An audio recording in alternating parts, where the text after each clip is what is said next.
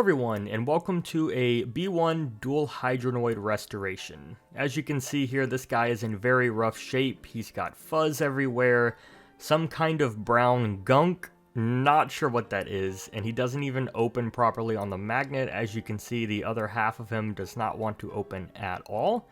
He's also got a pretty dirty heavy metal ring, and even when closing him, his head wants to try and pop out on that other side. I actually had to pry open the other side with the help of a magnet right there as well.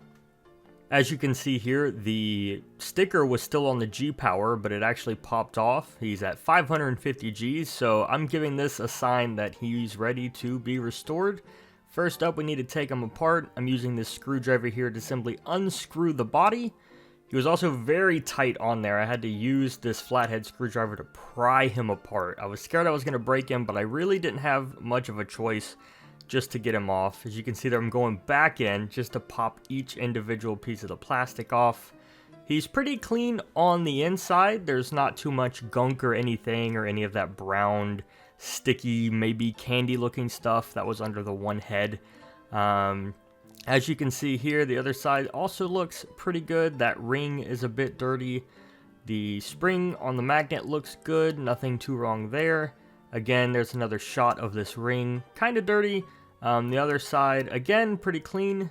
Testing the magnet here. Magnet is actually pretty good. There's no problems with this, and it can probably go right back in as is. First up, I am going to take some Q-tips and do some cleaning. Got to fill it up there with the isopropyl alcohol, using 70%, so it's not too strong. My experience with this type of stuff, as long as I don't rub really hard on the paint, no paint should come off at all. So here I go, just kind of trying to clean the gunk out from under this guy. Again, don't know what this is. I think maybe it's candy or some kind of sauce, but it comes up easy with that isopropyl alcohol. And as you can see here, just kind of brushing up just any kind of crevice or space I see, just because I don't know what's, in the little nooks and crannies of this guy. So it's better to try and get all the pieces out, including even in the mouth here, which looks kind of funny, but doing it to help him.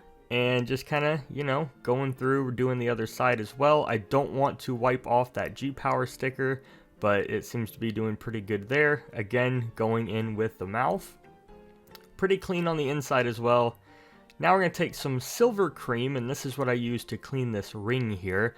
Basically, all you got to do is take that powder and wet it, as you'll see me do here.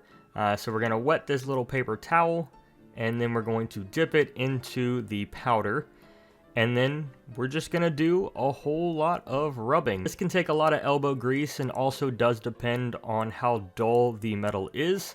As you can see here, the paper towel may not be the best. I probably should have used a sponge, but with a bunch of elbow grease, it's kind of just, gonna keep going in and doing what I can to get it as clean as possible.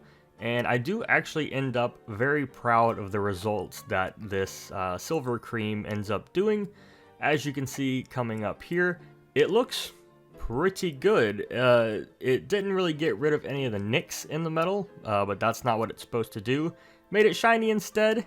Here you can see me looking at this head here. It is stuck or jammed, so I decided if the isopropyl alcohol didn't do it, oil should do it. So I went ahead and sprayed some on a plate, and then kind of just went in, and similar to the isopropyl alcohol, I hit every nook and cranny I could, but particularly focusing on anywhere where there might be a spring or any kind of metal wire, and that actually did the trick. A lot better than I thought. It did make the head move.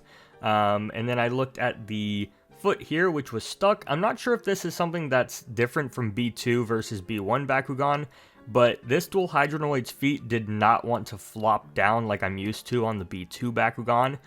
So I went ahead and kept messing with this to see what I could do to make it, wiggle a little bit better. Now this one was actually stuck. There was some areas where it was resistant, so I did end up taking the pin out, which popped right out. Again, way easier than I thought.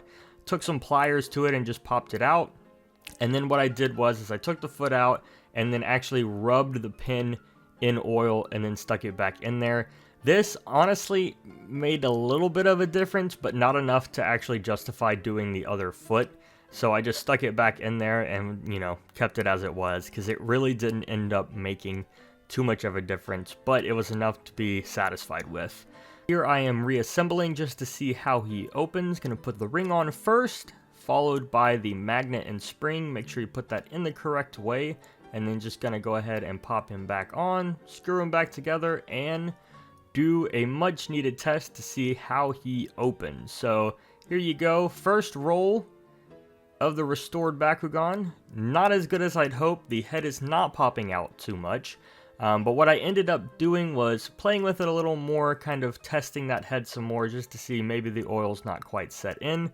I go ahead and put him back together and give it one more roll, and it still doesn't do quite what I want it to. I considered reopening him and cleaning some more, but after a little bit of work, I did actually manage to get him to pop open quite nicely.